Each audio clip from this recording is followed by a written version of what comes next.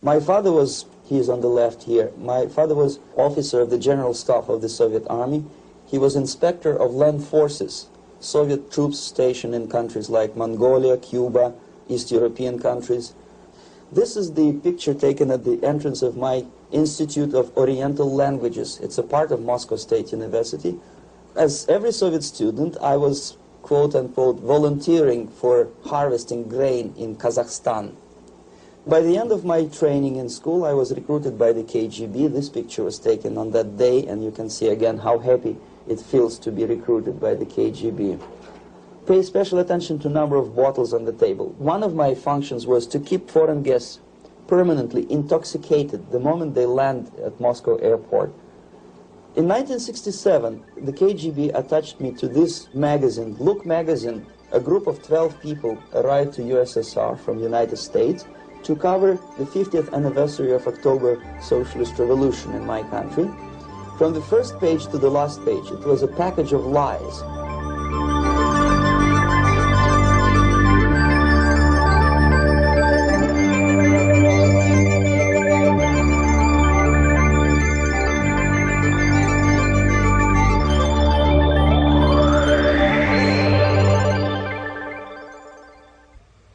Our conversation is with Mr. Yuri Alexandrovitch Bezmenov. Mr. Bezmenov was born in 1939 in a suburb of Moscow. He was the son of a high-ranking Soviet Army officer. He was educated in the elite schools inside the Soviet Union and became an expert in Indian culture and Indian languages. He had an outstanding career with Novosti, which was the, and still is, I should say, the press arm or the press agency of the Soviet Union. It turns out that this is also a front for the KGB. One of his interesting assignments was to brainwash foreign diplomats when they visited Moscow. And he'll tell us a little bit about how they did this and how they planted information which eventually wound up in the press of the free world. He escaped to the West in 1970 after becoming totally disgusted with the Soviet system, and he did this at great risk to his life. He certainly is one of the world's outstanding experts on the subject of Soviet propaganda and disinformation and active measures. Mr. Bezmenov, I'd like to begin by having you tell us a little bit about some of your childhood memories.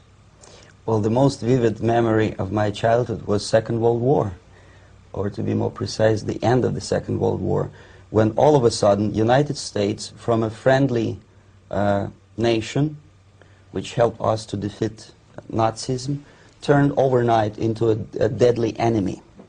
And it was very shocking because all newspapers were trying to present an image of belligerent, aggressive American imperialism. Most of the things that we were taught is that United States is aggressive power, which is just about to invade our beautiful, free, socialist country, that American CIA is dropping Colorado beetles on our beautiful potato fields to eliminate our crops, and each schoolboy had a picture of Colorado bug on the back page of his notebook, and we were instructed to go into collective fields to search for those little Colorado bugs. Of course we couldn't find any, neither we could find many potatoes, and that was explained again by the encroachments of the decadent imperialist power. The anti-American paranoia, hysteria in the Soviet propaganda was to such of such a higher degree that many less skeptical people or less stubborn would really believe that United States is just about to invade our beautiful motherland, and some secretly hope that it will come true. That's interesting. Yes. Well, getting back to life inside the Soviet Union or inside communist countries in general, in this country, at the university level primarily, we read and hear that the Soviet system is different from ours, but not that different, and that there is a convergence developing between all of the systems of the world, and that really doesn't make an awful lot of difference what system you live under, because you have corruption and dishonesty and tyranny and all that sort of thing. From your personal experience, what is the difference between life under communism and life in the United States? Well, life is obviously very much different for simple reason that the Soviet Union is a state capitalist economically. It's a state capitalism where an individual has absolutely no rights, no value, his life is nothing, it's just like an insect. He is disposable, whereby in the United States even the worst criminal is treated as a human being, he has a fair trial, and some of them capitalize on their crimes. They publish their memoirs in their prisons and get handsomely paid by your crazy publishers. The differences, of course, in the daily life are very various, depending on whom we are talking about. In my own private life, I never suffered from communism simply because I was brought up in a family of high-ranking military officer. Most of the doors were open for me. Most of my expenses were paid by the government, and I never had any troubles with the authorities or with the police. So, in other words, I would say I enjoyed, or I had good reasons to enjoy, all the advantages of so-called socialist system. Mm-hmm. My main motivations to defect had nothing to do with affluence. It was mainly moral indignation, moral protest, rebellion against the inhuman methods of the Soviet system. Well, specifically, what did you object to? I objected, first of all, against oppression of my own dissidents and intellectuals. And that was the most disgusting thing that I witnessed as a young man, young student, who was brought up at a very troublesome period in our history, from Stalin to Khrushchev, from total tyranny and oppression to some kind of liberalization. Second, when I started working for the Soviet embassy in India, to my horror, I discovered that we are millions times more oppressive than any colonial or imperialist power in the history of mankind. That my country brings to India not freedom, progress, and friendship between the nations, but racism, exploitation, and slavery, and of course economical inefficiency to this country. Since I fell in love with India, I developed something which by KGB standards is extremely dangerous thing. It's called split loyalty, when an agent likes a country of assignment more than his own country. I literally fell in love with this beautiful country, a country of great contrasts, but also great humility, great tolerance, and philosophical and intellectual freedoms. My ancestors used to live in caves and eat raw meat when India was a highly civilized nation 6,000 years ago. So obviously the choice was not to the advantage of my own nation. I decided to defect and to entirely dissociate myself from that brutal regime. Mr. Bezmenov, we've read a lot about the concentration camps and the slave labor camps under the Stalin regime. Now the general impression in America is that those things are part of the past. Are they still going on today, or what is the status? Yes. There's no qualitative change in the Soviet concentration camp system. There are changes in numbers of prisoners. Again, this is unreliable Soviet statistics. We don't know how many political prisoners are there in the Soviet concentration camps. But we sure know from various sources that at each particular time there are close to 25 to 30 million of Soviet citizens who are virtually kept as slaves in forced labor camp system. The size of the population of a country like Canada is serving terms as prisoners.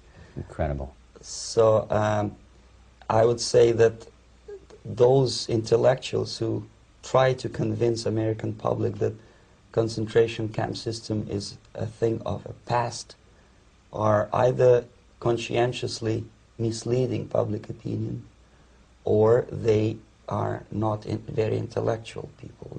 They're selectively blind. They lack intellectual honesty when they say that. Well, we've spoken about the intellectuals in this country and also the intellectuals in the Soviet Union. What about down at the broad mass level? Do the people in general, the working people, the workers in general in the Soviet Union, do they support the system? Do they tolerate it? What is their attitude? Well, average Soviet citizen, if there is such an animal, of course, does not like the system because it hurts, it kills. he may not understand the reasons. He may not have enough information or educational background to understand. But I doubt very much there are many people who are conscientiously supporting the Soviet system. There are not such people in USSR. Even those who have all the reasons to enjoy socialism, people like myself, who were a member of journalistic elite, they also hate the system for different reasons, though. Not because they lack material affluence, but because they are unfree to think, they are in constant fear, duplicity, split personality. And this is the greatest tragedy for my nation. Well, what do you think are the chances of the people actually overcoming their system or replacing it? There is a great possibility that system will sooner or later be destroyed from within. There is a self-destructive mechanism built into any socialist or communist or fascist system, because there is lack of feedback, because the system does not rely upon loyalty of population. But until this Soviet junta is being supported by the Western so-called imperialists, that is, multinational companies, establishments, governments, and let's face it, intellectuals, so-called academia in the United States is famous for supporting the Soviet system. As long as the Soviet junta will keep on receiving credits, money, technology, grain deals, and political recognition from all these traitors of democracy or freedom, there is no hope, there is not much hope for changes in my country, and the system will not collapse by itself simply because it's being nourished by so-called American imperialism. This is the greatest paradox in history of mankind, when capitalist world supports and actively nourishes its own destroyer, destructor. I think you're trying to tell us something. Oh, in yes. This country. Mm-hmm. I'm trying to tell you that it has to be stopped unless you want to end up in Gulag system and enjoy all the advantages of socialist equality. Working for free, catching fleas on your body, sleeping on the planks of plywood in Alaska this time, I guess. That's where Americans will belong, unless they will wake up, of course, and force their government to stop aiding Soviet fascism. Well, you told us a moment ago why you left the system. I'd like to hear the details of how you did it. It must have been a very dangerous thing. It was not so dangerous, it was crazy. First of all, because defecting in India is virtually impossible, thanks to very strong pressure from the Soviet government. Excuse me, you were in India on assignment at that time. Yes, I was working for the Soviet embassy in New Delhi as a press officer. Mm-hmm.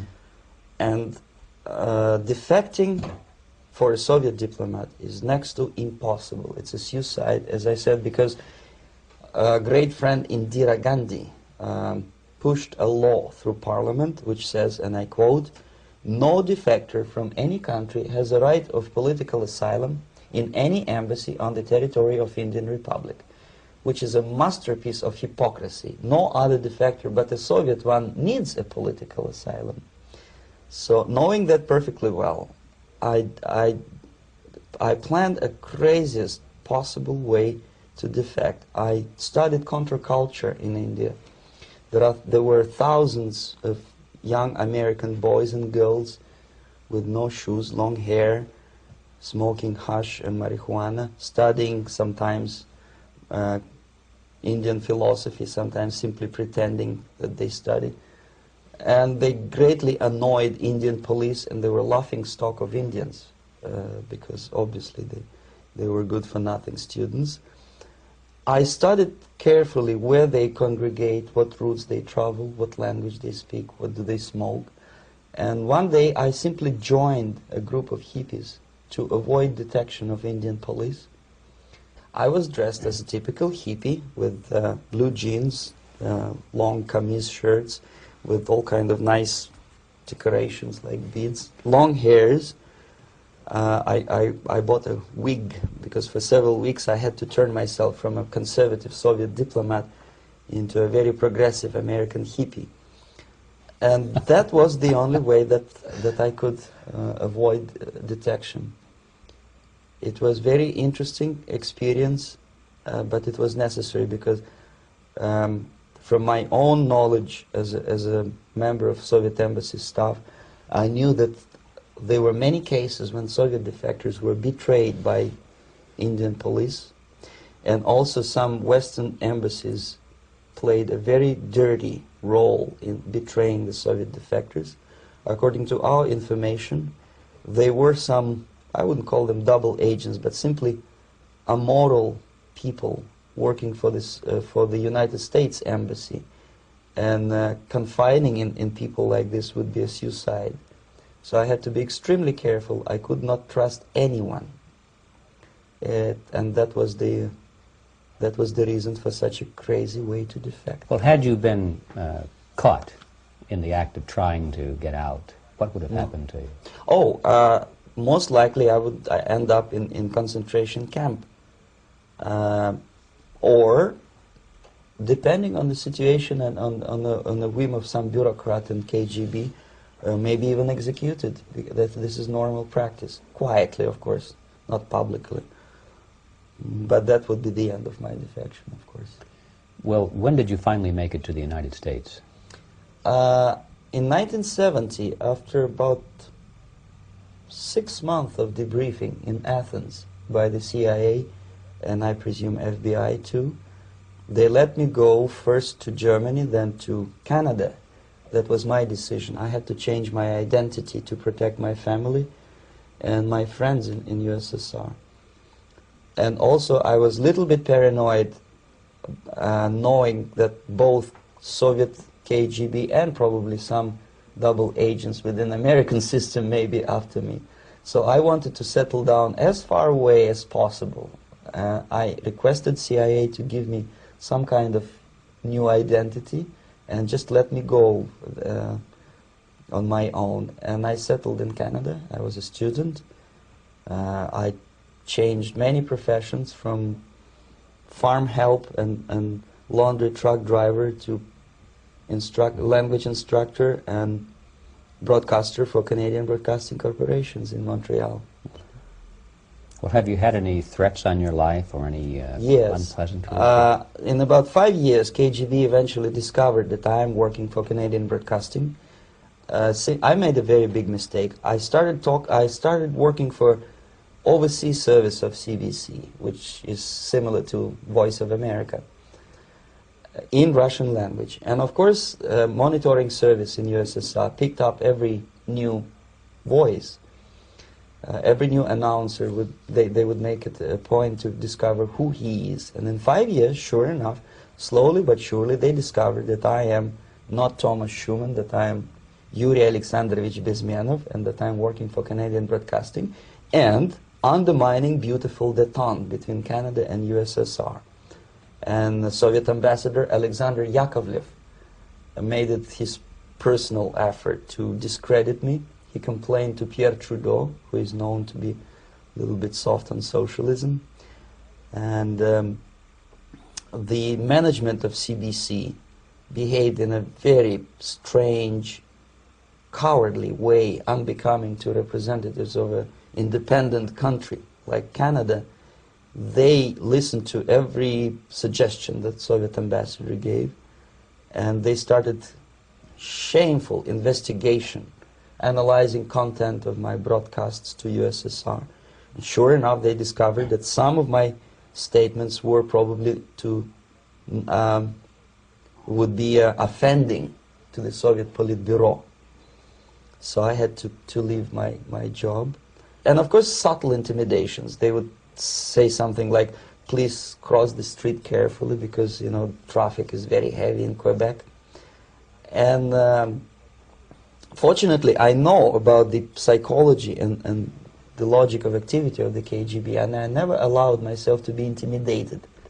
This is the worst thing. This is what they expect a person, a defector, to be intimidated. Once they spot that you are scared, they keep on developing that line And then eventually you either have to give up entirely and work for them, or they neutralize you. They would definitely stop all kind of political activity, which they failed to do in my case, because I was stubbornly working for the Canadian Broadcasting. And in response to their intimidations, I said that, look, this is a free country, and I am as free as you are. And I also can drive very fast.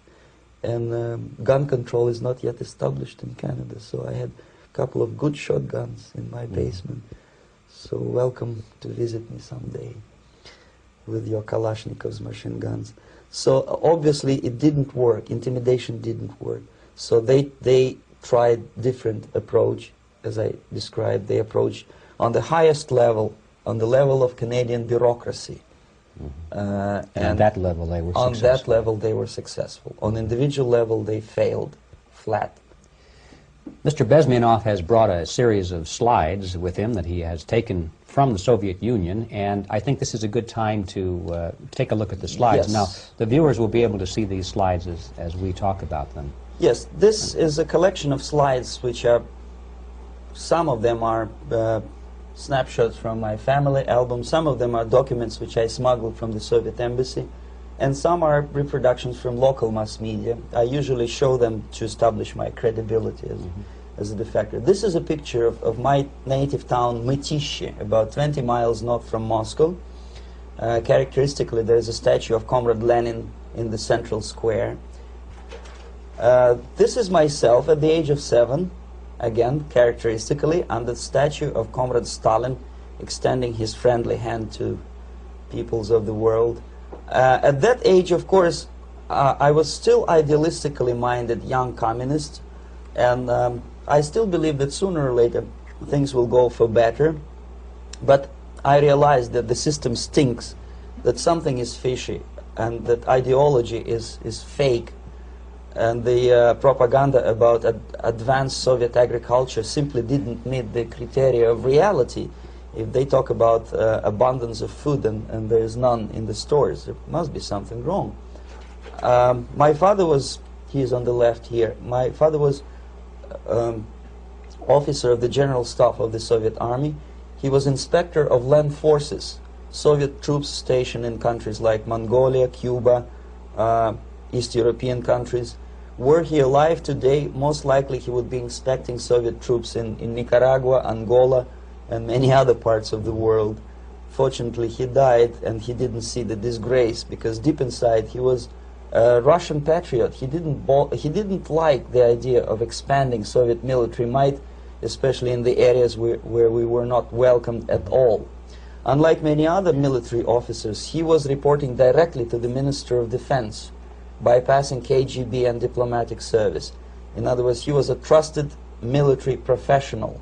And my impression that this type of people are much less hawkish and adventuristic than party bureaucrats in Kremlin. When American mass media describes Soviet military as potentially dangerous counterpart for Pentagon, I simply laugh, because I know better. I know that the most dangerous part of the Soviet power structures are not military at all. Most likely, if they come to power in my country, they'll be more sensible negotiators for nuclear disarmament and withdrawal of the Soviet troops from many parts of the world. But if someone from the party structure or the KGB structure were to give the orders for a military they have to obey, they would yes, follow because them. they are professional military. But they, you see, the triangle of power and hate in USSR is the party at the top, the party elite, the oligarchy of the party, then the military and the KGB at the bottom. They hate each other, and the most hated triangle, the most hated corner of the triangle is the Communist Party bureaucrats. They are the most adventuristic, senile megalomaniacs. They can start war, I wouldn't be surprised. Not the military. They know what war is. At least my father did. This is the picture taken at the entrance of my Institute of Oriental Languages. It's a part of Moscow State University. I graduated in 1963. And now, excuse me, which one were you on? I am on the right. You're on the right. And on the left is my my schoolmate Vadim Smirnov, who later was an apparatchik in the Central Committee of the Soviet Union Communist Party. What is an apparatchik? It's a functionary, something like civil service in British Empire. Someone who is never fired from the service. He stays there internally. He may not be promoted too high, but he's a dependable bureaucrat who will stay forever. I studied not only languages, but also history, literature, even music. On this picture, I'm trying to learn how to play Indian musical instrument. I even tried to look like an Indian when I was second-year student. Not bad, right? Yes, actually it was strongly encouraged by the instructors in my school, because the graduates of my school were later on employed as diplomats, foreign journalists, or spies. As every Soviet student, I was quote-unquote volunteering for harvesting grain in Kazakhstan. This is the biggest agricultural blunder of the Soviet government. But I didn't have much choice, of course, because the communist motto borrowed from the Bible says, "Those who do not work shall not eat." And you can see me eating, therefore I was working, and you can see how happy I was about it. I went through a very extensive physical and military training, including the military games in areas, suburban areas of Moscow. And here, for example, we are on a tour in Arkhangelsk area. And by the end of my training in school, I was recruited by the KGB. This picture was taken on that day, and you can see again how happy it feels to be recruited by the KGB. Our conversation with Yuri Alexandrovitch Bezmenov, who is a defector from the Soviet Union, a former propaganda agent for Novosti and the KGB, will continue after this message.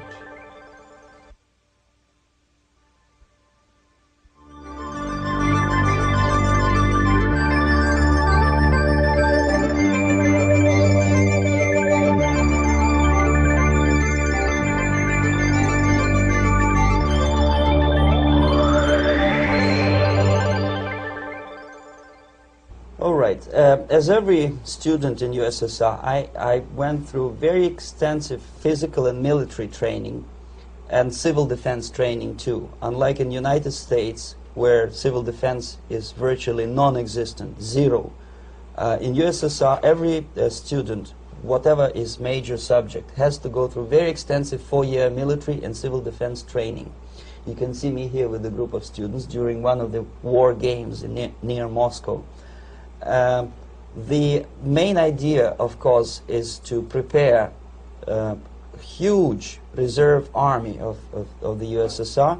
Each student has to graduate as a junior lieutenant. In my case, it was administrative and military intelligence service.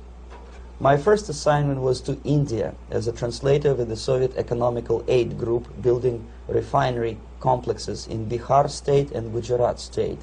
At that time, I was still naively, idealistically believing that what I was doing contributes to the understanding and cooperation between the nations. It took me quite a number of years to realize that what we were bringing to India was a new type of colonialism, 1,000 times more oppressive and exploitative than any colonialism or imperialism in history of mankind. But at that time, I was still hoping that, well, maybe it's not that bad, could be worse, and things may go for better. And I even tried to implement the beautiful Marxist motto, proletarians of all the countries unite. I tried to unite with a nice Indian girl, and I was fascinated by Indian culture, by the family life in this country. But obviously, Communist Party had different plans for my genes, so I had to marry this beautiful Russian girl. In the span of my career, I married 3 times. Most of these marriages were marriages of convenience, on advice from the Department of Personnel. This is normal practice in USSR. When a Soviet citizen is assigned to a foreign job, he has to be married, either to keep family in USSR as hostages, or, if it's a convenience marriage like mine, so that the husband and wife are virtually informers on each other to prevent defection or contamination by decadent imperialist or capitalist ideas. In my case, I hated that girl so much that the moment I landed in Moscow, we were divorced, and I married later, second time. By the end of my first assignment in India, I was promoted to the position of public relation officer. You can see me here translating a speech by a Soviet boss. And you're on the right. I'm on the right here, yes. And it was, the occasion was commissioning of the refinery complex in Bihar, Barauni. Back in Moscow, I was immediately recruited by Novosti Press Agency, which is a propaganda and ideological subversion front for the KGB. 75% of the members of the Novosti are commissioned officers of the KGB. The other 25 are, like myself, co-opted agents who are assigned to specific operations. In this particular case, you can see me talking to students of Lumumba Friendship University in Moscow. This is a huge school under the direct control of the KGB and Central Committee, where future leaders of the so-called national liberation movements are being educated and selected carefully. And some of them have absolutely, this, for example, is a group of students from Lumumba. They don't look like students at all. They look more like military, and that's exactly what they were. They were dispatched back to their countries to be leaders of the so-called national liberation movements, or to be translated into normal human language, leaders of international terrorist groups. Another area of activity when I was working for the Novosti was to accompany groups of so-called progressive intellectuals, writers, journalists, publishers, teachers, professors of colleges. You can see me here in Kremlin. I'm second on the left, with a group of Pakistani and Indian intellectuals. Most of them pretended they don't understand that we are actually working on behalf of the Soviet government and the KGB. They pretended that they are actually being guests, VIP intellectuals, that they are treated according to their merits and their intellectual abilities. For us, they were just a bunch of political prostitutes to be taken advantage for various propaganda operations. Therefore, you can see perfectly well the senior colleague of mine on the left doesn't really have that much respect on his face, and myself with a very skeptical smile, typical KGB sarcastic smile, anticipating another victim of ideological brainwashing. This is how a typical conference in Novosti headquarters in Moscow looked like. Sitting in the middle is Boris Burkov, the then director of Novosti Press Agency, high-ranking party bureaucrat in the Department of Propaganda. I am standing next to a famous Indian poet, Sumitranandan Pant. He was famous because he was an author. He was the author of a famous poem titled Rhapsody to Lenin. That's why he was invited to USSR, and everything was paid by the Soviet government. Pay special attention to number of bottles on the table. This is one of the ways to kill the awareness or curiosity of foreign journalists. One of my functions was to keep foreign guests permanently intoxicated the moment they land at Moscow airport. I had to take them to the VIP lounge and toast to friendship and understanding between the nations of the world. Glass of vodka, then a second glass of vodka. And in no time, my guests would be feeling very happy. They would see everything in kind of pink, nice color.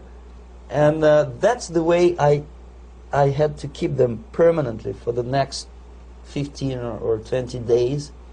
At a certain point in time, I had to withdraw alcohol from them so that some of them, who are the most recruitable, would feel a little bit shaky, guilty, trying to remember what they were talking last night.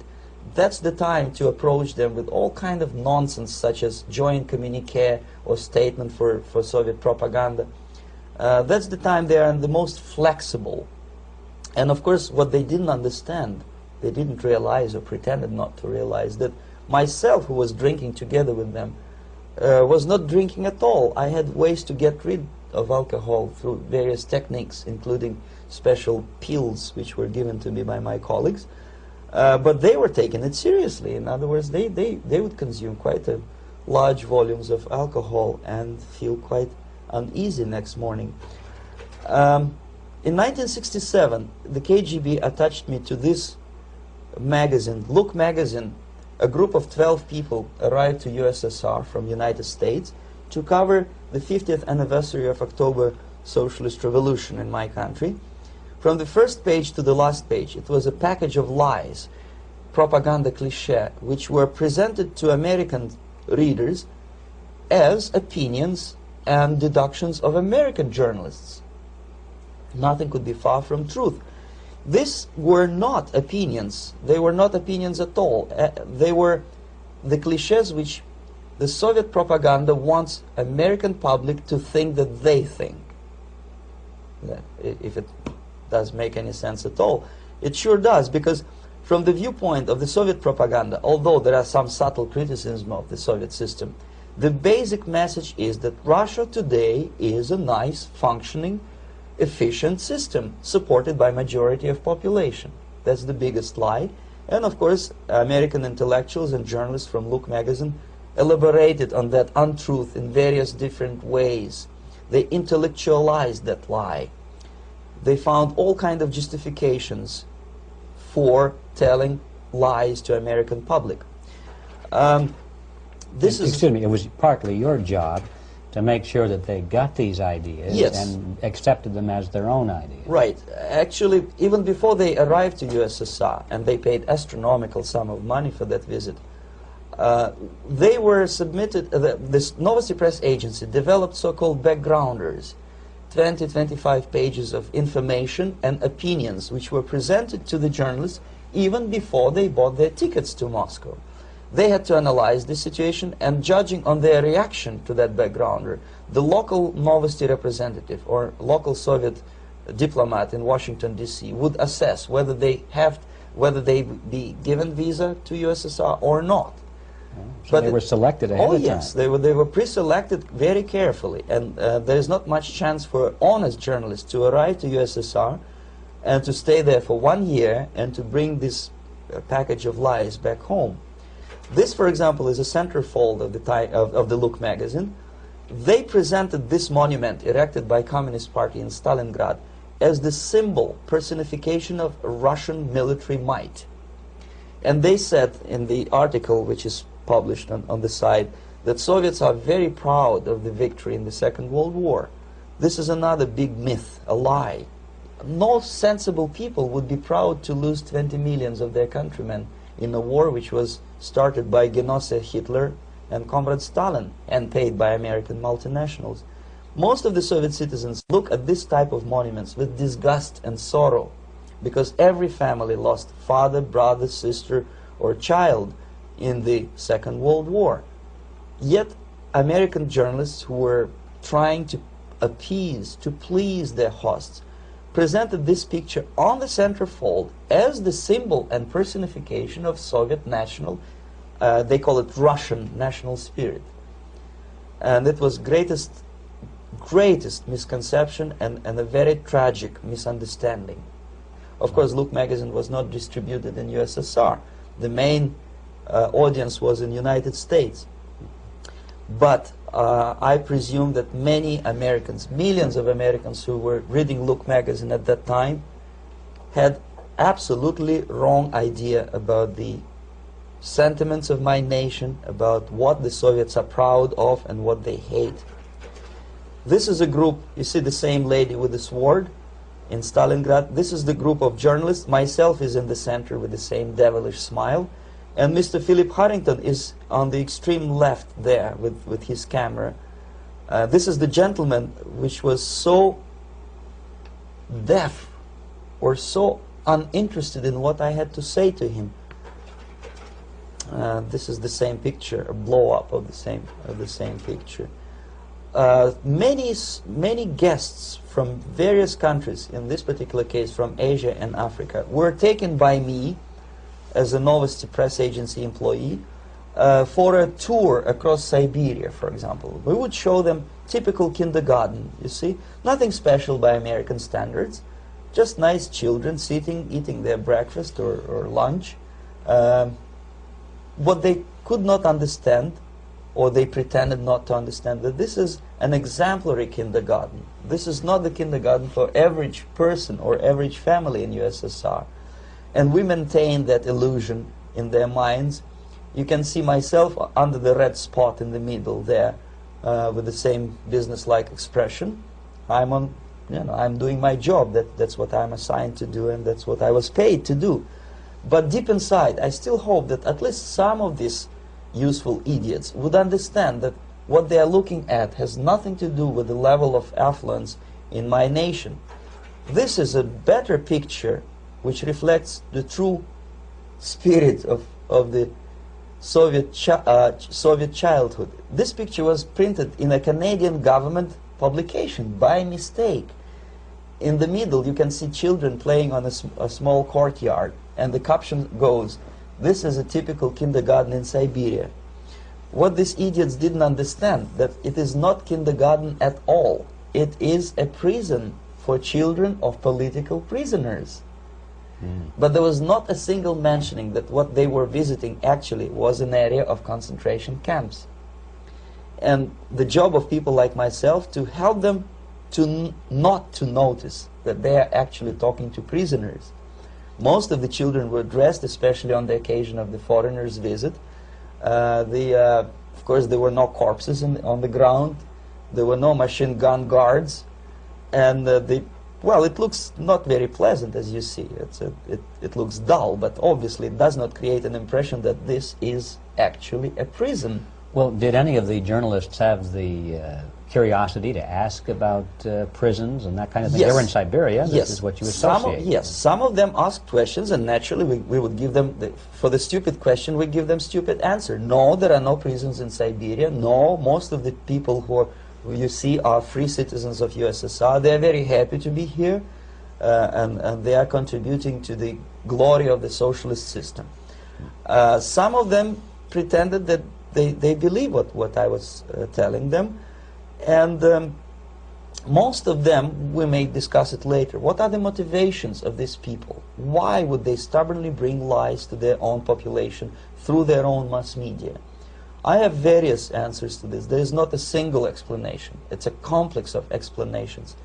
It's fear, pure biological fear. They understand that they are on the territory of an enemy state, a police state. And just to save their rotten skins and their miserable jobs, their affluence back home, they would prefer to tell a lie than to ask truthful questions and report truthful information.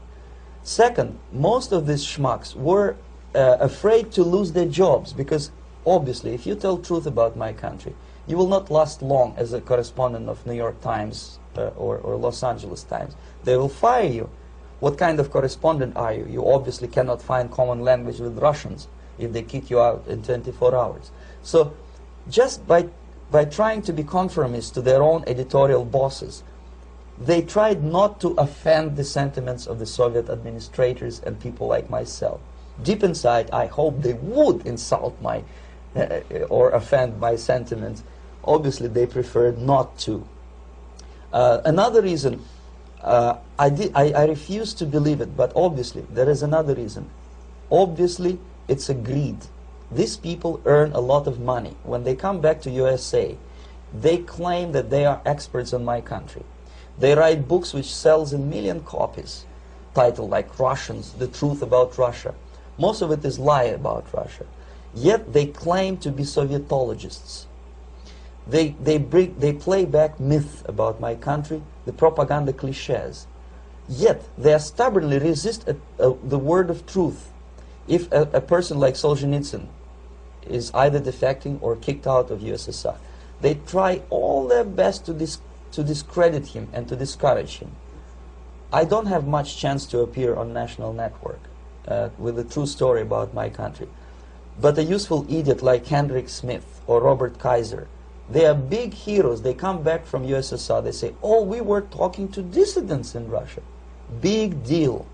Soviet dissidents are chasing American correspondents in the streets, and they are cowardly escaping from these contacts. For some strange reason, if you want to know more about Spain, you refer to Spanish writers. If you want to learn more about French, you read French writers. Even about Antarctica, I bet you would read Penguins. Only about the Soviet Union, for some strange reason, you read Hendricks and Schmendricks and all kind of Kissingers, because they claim that they know more about my country. They know nothing, or next to nothing, or they pretend that they know more than they actually do. I would say they are dishonest people who lack integrity and common sense and intellectual honesty. They bring back all kind of stories like that. A kindergarten in Siberia. Omitting the most important fact, it's a prison for children of political prisoners. Another greatest example of monumental idiocy of American politicians. Edward Kennedy was in Moscow, and he thought that he is a popular, charismatic American politician who is easygoing, who can smile, dance at the wedding in Russian Palace of Marriages. What he did not understand, or maybe he pretended not to understand, that actually he was being taken for a ride. This is a staged wedding, especially to impress foreign media, or useful idiots like Ed Kennedy. Most of the guests there, they had security clearance, and they were instructed what to say to foreigners. This is exactly what I was doing. You can see me in the same damn wedding palace in Moscow where Ed Kennedy was dancing here. You see, smiling. He thinks he's very smart. From the viewpoint of Russian citizens who observe this idiocy, he's narrow-minded, egocentrical idiot who tries to earn his own popularity through participation in propaganda farces like this. Here you can see myself. On the right, again, exemplary Soviet bride. On the left, 3 journalists from various countries, Asia, Africa, and Latin America.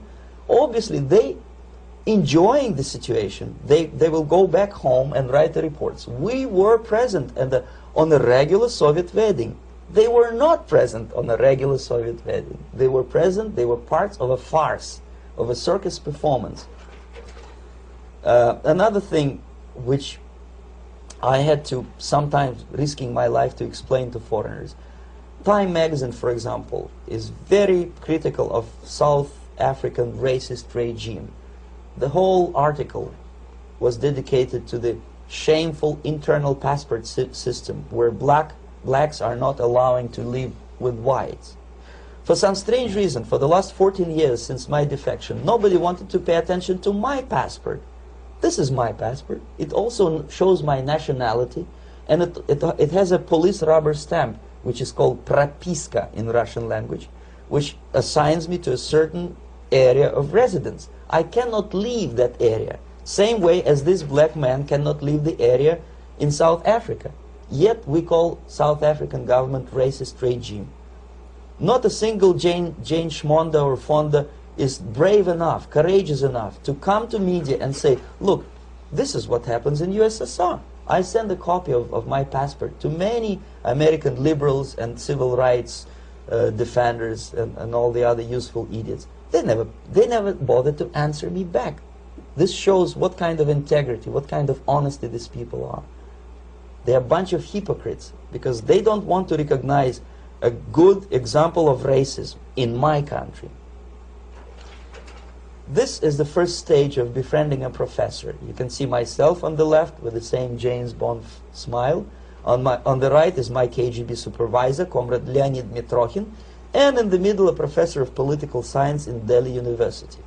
The next stage would be to invite him to a gathering of Indo-Soviet Friendship Society. There he is sitting next to his wife before he is being sent to USSR for a free trip. Everything is paid by the Soviet government. He was made to believe that he is invited to USSR because he is a talented, sober-thinking intellectual. Absolutely false. He is invited because he is a useful idiot, because he would agree and subscribe to most of the Soviet propaganda cliché. And when he is coming back to his own country, he is going for years and years to teach the beauties of Soviet socialism, newer and newer generations of his students, thus promoting the Soviet propaganda line. The KGB was even curious about this gentleman. It may look innocent. Maharishi Mahesh Yogi, a great spiritual leader, or maybe a great charlatan and crook, depending on from which side you are looking at him. Beatles were trained at his ashram in Hardwar in India how to meditate. Mia Farrow and other useful idiots from Hollywood visited his school, and they returned back to United States absolutely zonked out of their minds with marijuana, hashish, and crazy ideas of meditation. To meditate, in other words, to isolate oneself from the current social and political issues of your own country, to get into your own bubble, to forget about troubles of the world. Obviously, KGB was very fascinated with such a beautiful school, such a brainwashing center for stupid Americans. I was dispatched by the KGB to check what kind of VIP Americans attend this school. That's you on the left. Yes, I'm on the left. I was trying to get enrolled in that school. Unfortunately, the Maharishi Mahesh Yogi asked too much. He wanted $500 American for enrollment. But my function was not actually to get enrolled in the school. My function was to discover what kind of people from United States attend this school. And we discovered that, yes, there are some influential members of family, public opinion makers of United States, who come back with the crazy stories about Indian philosophy. Indians themselves look upon them as idiots, useful idiots. To say nothing about KGB, who looked at them as extremely naive, misguided people. Obviously, a VIP, say a wife of a congressman, or a prominent Hollywood personality, after being trained in that school, is much more instrumental in the hands of manipulators of public opinion and KGB than a normal person who understands, who looks through this type of fake religious training. Why would they be more susceptible to manipulation? I just mentioned that because, you see, a person who is too much involved in introspective meditation. You see, if you carefully look what Maharishi Mahesh Yogi is teaching to Americans, is that most of the problems, most of the burning issues of today can be solved simply by meditating. Don't rock the boat. Don't get involved. Just sit down, look at your navel, and meditate. And the things, due to some strange logic, due to cosmic vibration, will settle down by themselves. This is exactly what the KGB and Marxist-Leninist propaganda wants from Americans, to distract their opinion, attention, and mental energy from real issues of the United States into a non-issues, into a non-world, non-existent harmony. Obviously, it's more beneficial for the Soviet aggressors to have a bunch of duped Americans than Americans who are self-conscious, healthy, physically fit, and alert to the reality. Maharishi Mahesh Yogi obviously is not on the payroll of the KGB. But whether he knows it or not, he contributes greatly to demoralization of American society. And he's not the only one. There are hundreds of those gurus who come to your country to capitalize on naivete and stupidity of Americans. It's a fashion. It's a fashion to meditate. It's a fashion not to be involved. So obviously, you can see that if KGB were that curious, if they paid my trip to Hardwar, if they assigned me to that strange job, obviously they were very much fascinated. They were convinced that that type of brainwashing is very efficient and instrumental in demoralization of the United States. Our conversation with Yuri Alexandrovitch Bezmenov, who is a defector from the Soviet Union, a former propaganda agent for Novosti and the KGB, will continue after this message.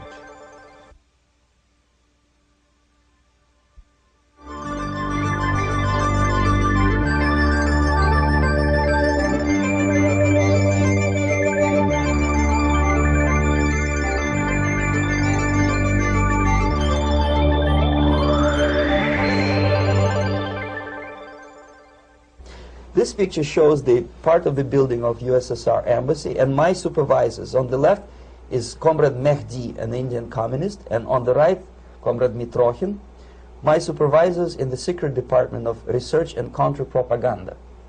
It has nothing to do with either research or counter-propaganda. Most of the activity of that department was to compile huge volume of information on individuals who were instrumental in creating public opinion.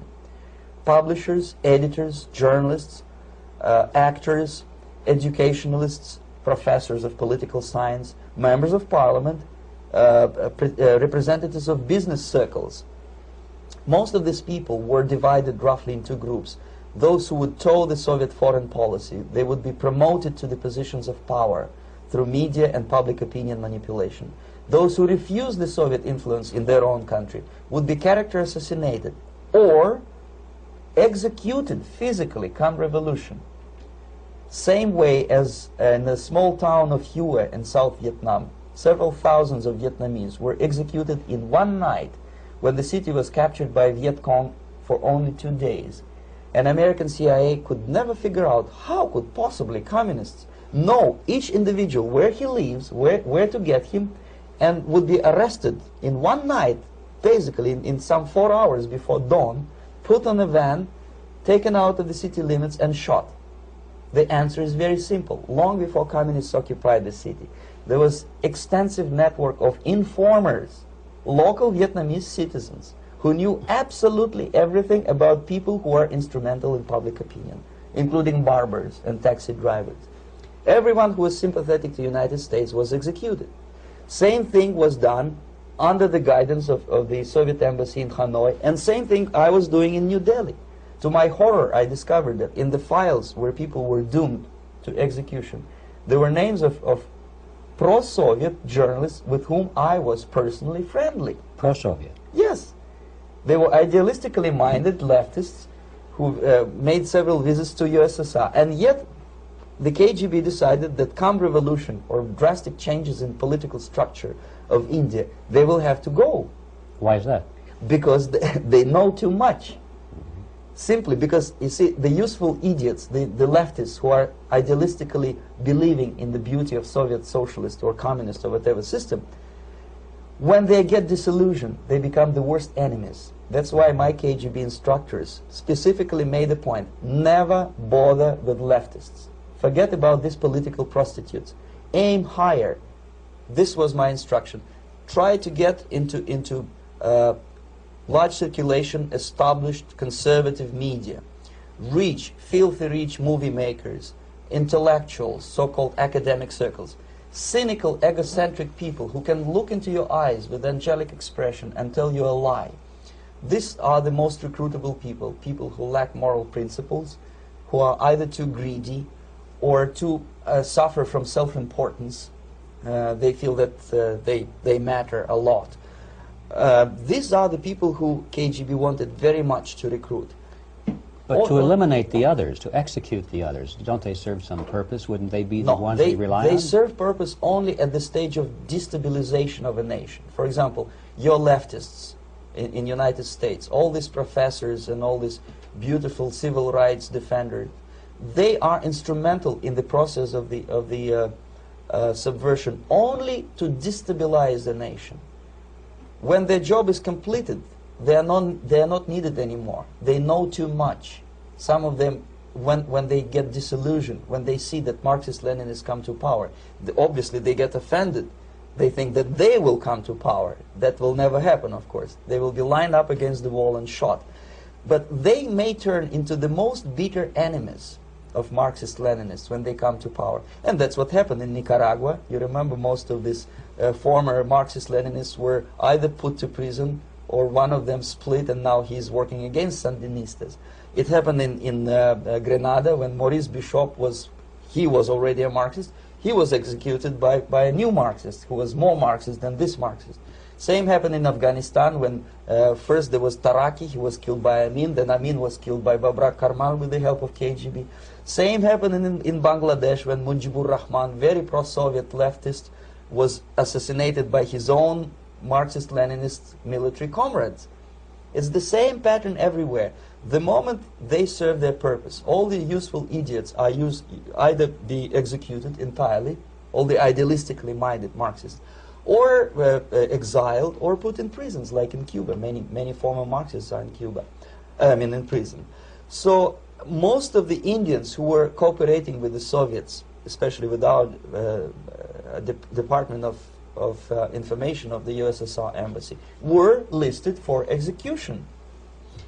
And when I discovered that fact, of course I was sick. I was mentally and physically sick. I thought that I'm going to explode one day during the briefing at the ambassador's office. I would stand up and say something that we are basically a bunch of murderers. That's what we are. It has nothing to do with friendship and understanding between the nation and blah, blah, blah.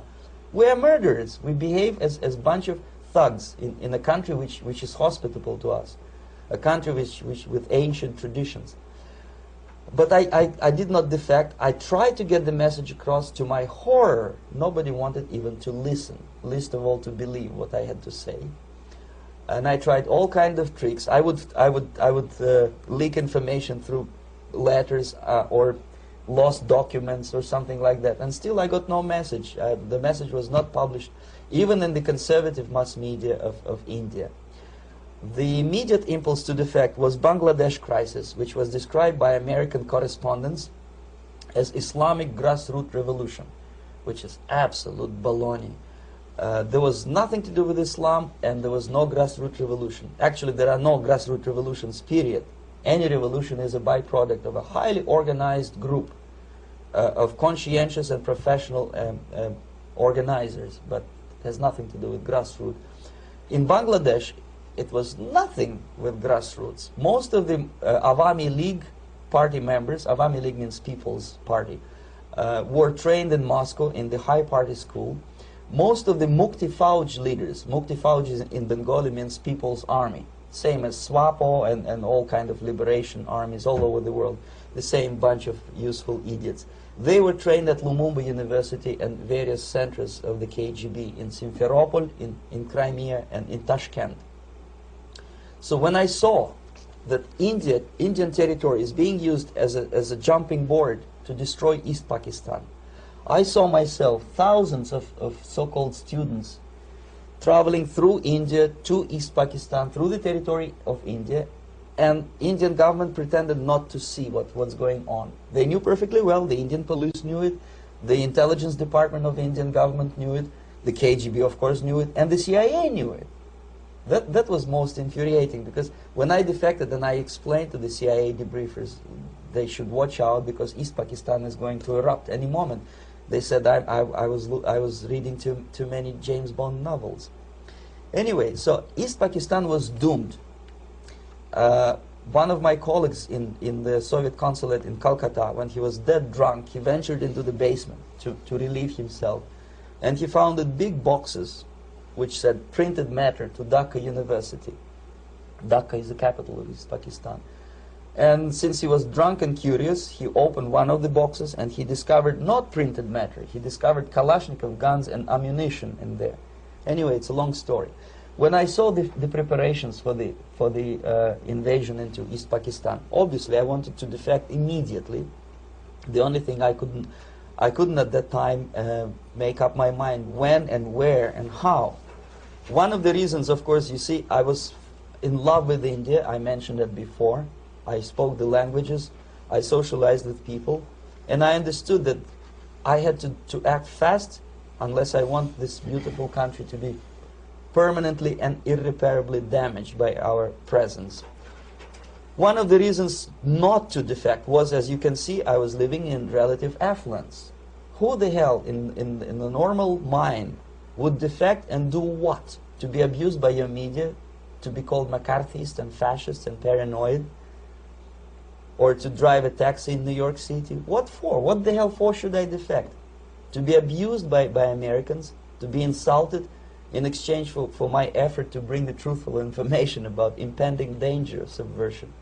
As you can see, I was living in quite a comfortable conditions next to swimming pool, where Indians were not allowed, by the way. I was highly paid expert in propaganda. I had my family. I was respected by my nation. My career was cloudless. The third reason, how to defect with the family. To defect with the baby and the wife would be virtual suicide, because according to law, that hypocritical law which I quoted before, the Indian police will have to hand me over back to the KGB, and that will be the end of my defection and probably my life. Again, I cannot smuggle my wife because she was not quite sure what I was doing. She was not that idealistically involved, and she was definitely not in the total picture of what I was doing for the KGB. She would be shocked if I you know, put her in my van and drive her to the American embassy or elsewhere. That would be a greatest danger. So again, I had to defect in such a way that my defection would look as simple disappearance. And there were many cases like that when the Soviet agents simply disappeared, either killed in action or, thanks to their curiosity and their close contacts with radicals, some of them were killed by the Marxists, by the way. It happened in many African countries when the Soviet KGB were killed by Africans themselves. Not because they hated Marxism and Leninism, but because they were simply trigger-happy bunch of unruly characters. If you give them a machine gun, they will shoot. And some of the Soviets obviously were not careful enough to protect themselves, and they got into embarrassing situations when they were shot at the crossfire between factions of so-called liberation movements. Anyway, so I decided, as I said, to study the counterculture. I decided this probably would be the best way to disappear. I socialized with characters like this. On the left, you see, is a barefoot American hippie. It took me quite a long time to study exactly what they were doing and how to mix with them. But eventually I did it. Most of Indian newspapers carried my picture and promise of 2,000 rupees for information about my whereabouts. But they were looking for the wrong person, because they obviously tried to stop a young Soviet diplomat in white shirt and tie, and this is how I looked at the time of defection. Nobody could possibly think that a Soviet diplomat would be as crazy as to join a bunch of hippies. That's you. Yes, travel India and smoke hash. So I made it literally almost like a Hollywood-style detective story. From under the nose of the KGB in Bombay airport, I landed the plane and I flew to Greece, where I was debriefed by the CIA. That's basically that's all for my slides. We can turn off the projector, and that's very interesting.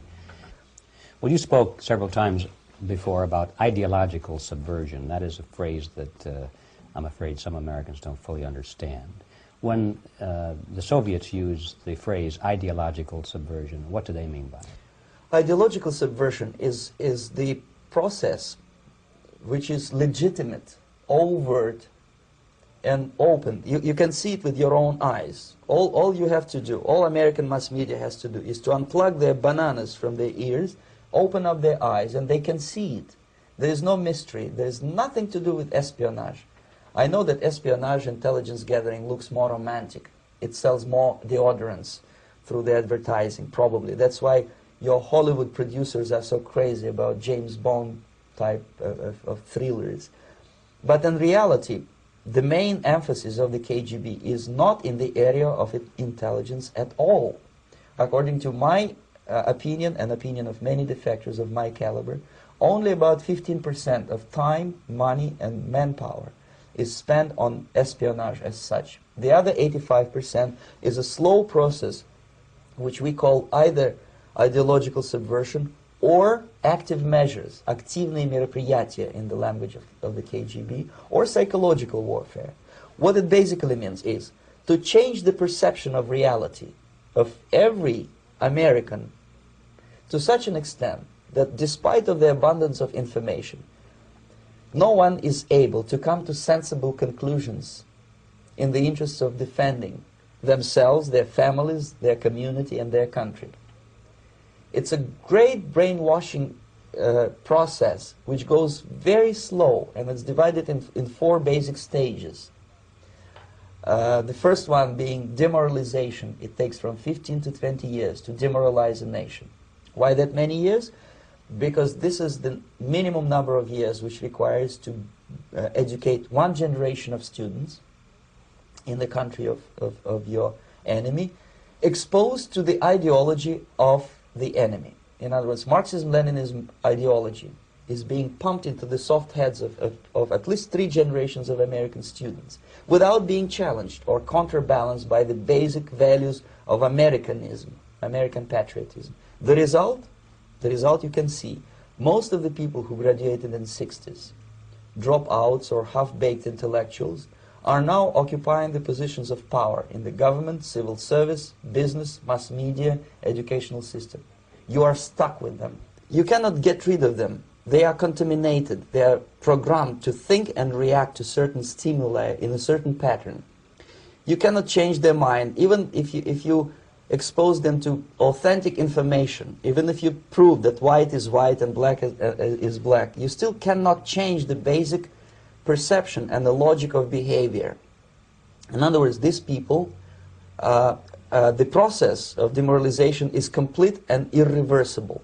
To get rid society of these people, you need another 20 or 15 years to educate a new generation of patriotically minded and common sense people who would be acting in favor and in the interests of the United States society.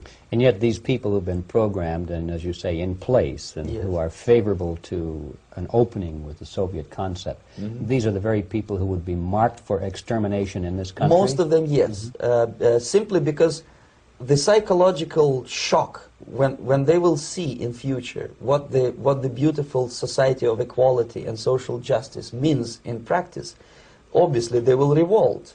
They will be very unhappy, frustrated people.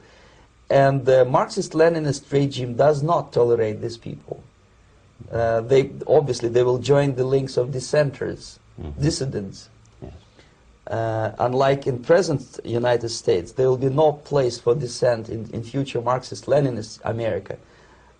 Here you can get popular like Daniel Ellsberg and filthy rich like Jane Fonda for being dissident, for criticizing your Pentagon. In future, these people will be simply squashed like cockroaches. Nobody is going to pay them nothing for their beautiful, noble ideas of equality. This they don't understand, and it will be the greatest shock for them, of course. The demoralization process in the United States is basically completed already. For the last 25 years. Actually, it's overfulfilled, because demoralization now reaches such areas where previously not even Comrade Andropov and all his experts would even dream of such a tremendous success.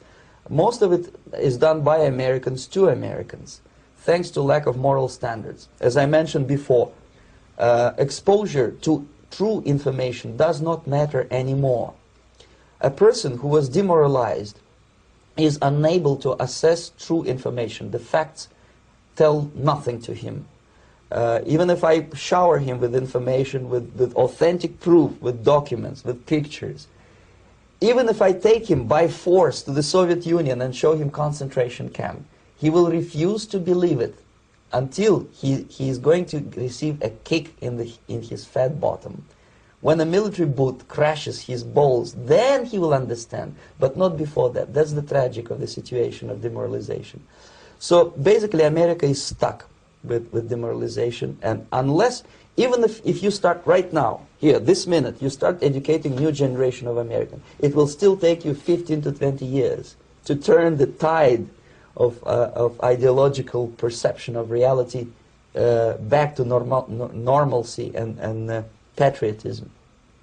The next stage is destabilization.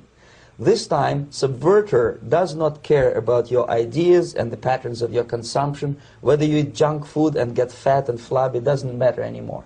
This time, and it takes only from 2 to 5 years to destabilize a nation, what matters is essentials: economy, foreign relations, defense systems.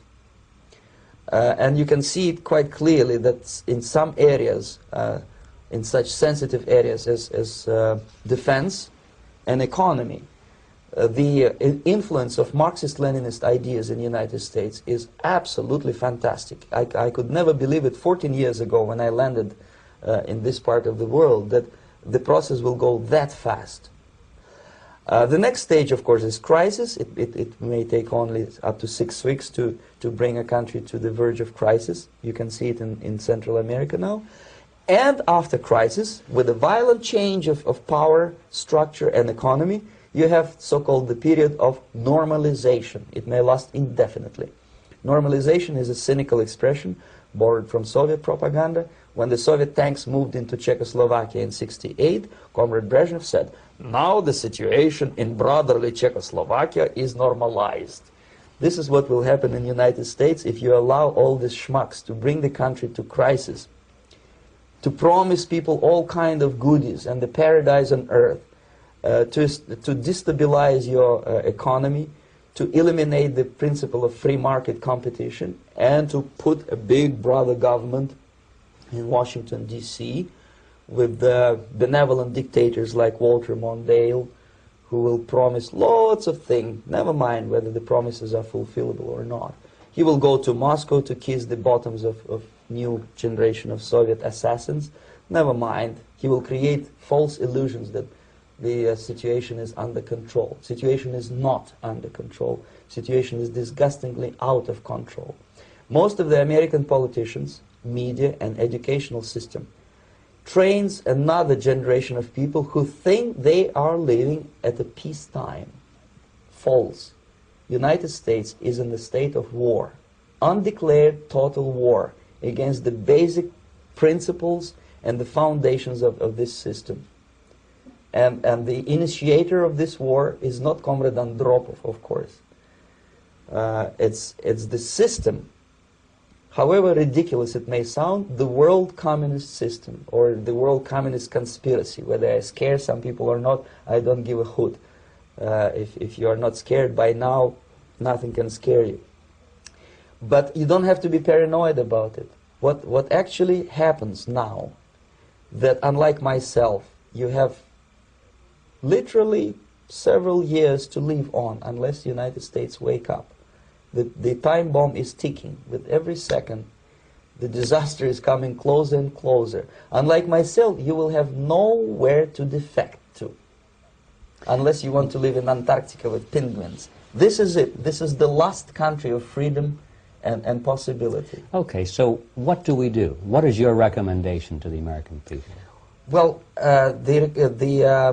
the immediate thing that comes to my mind is, of course, there must be a very strong national effort to educate people in the spirit of real patriotism, number one. Number two, to explain them the real danger of socialist, communist, whatever, welfare state, big brother government. If people will fail to grasp the impending danger of that development, nothing ever can help United States. You may kiss goodbye to your freedom, including freedoms to homosexuals, to prison inmate. All this freedom will vanish, evaporate in 5 seconds, including your precious lives. The second thing, the moment at least part of the United States population is convinced that the danger is real, they have to force their government. And I'm not talking about sending letters, signing petitions, and all this beautiful, noble activity. I'm talking about forcing United States government to stop aiding communism. Because there is no other problem more burning and urgent than to stop the Soviet military-industrial complex from destroying whatever is left of the free world. And it is very easy to do. No credits, no technology, no money, no political or diplomatic recognition, and of course no such idiocy as grain deals to USSR. The Soviet people, 270 million of Soviets, will be eternally thankful to you if you stop aiding a bunch of murderers who sit now in Kremlin and whom President Reagan respectfully calls government. They do not govern anything, least of all such complexity as the Soviet economy. So basic, two very simple, maybe too simplistic answers or solutions, but nevertheless they are the only solutions. Educate yourself, understand what's going on around you. You are not living at the time of peace. You are in a state of war, and you have precious little time to save yourself. You don't have much time, especially if you are talking about young generation. There's not much time left for convulsions and sexual masturbation to the beautiful disco music. Very soon it will go, just overnight. If we are talking about capitalists or wealthy businessmen, I think they are selling the rope on which they will hang very soon. If they don't stop, if they cannot curb their unsettled desire for profit, and if they keep on trading with the monster of the Soviet communism, they are going to hang very soon. And they will pray to be killed, but unfortunately they will be sent to Alaska probably to manage industry of slaves. It's simplistic. I know it sounds unpleasant. I know Americans don't like to listen to things which are unpleasant. But I have defected not to tell you the stories about such idiocy as microfilm, James Bond type espionage. This is garbage. You don't need any espionage anymore. I have come to talk about survival. It's a question of survival of this system. You may ask me, what is it in for me? Survival, obviously, because unlike, as I said, I am now in your boat. If we sing together, we'll sing beautifully together. There is no other place on this planet to defect to.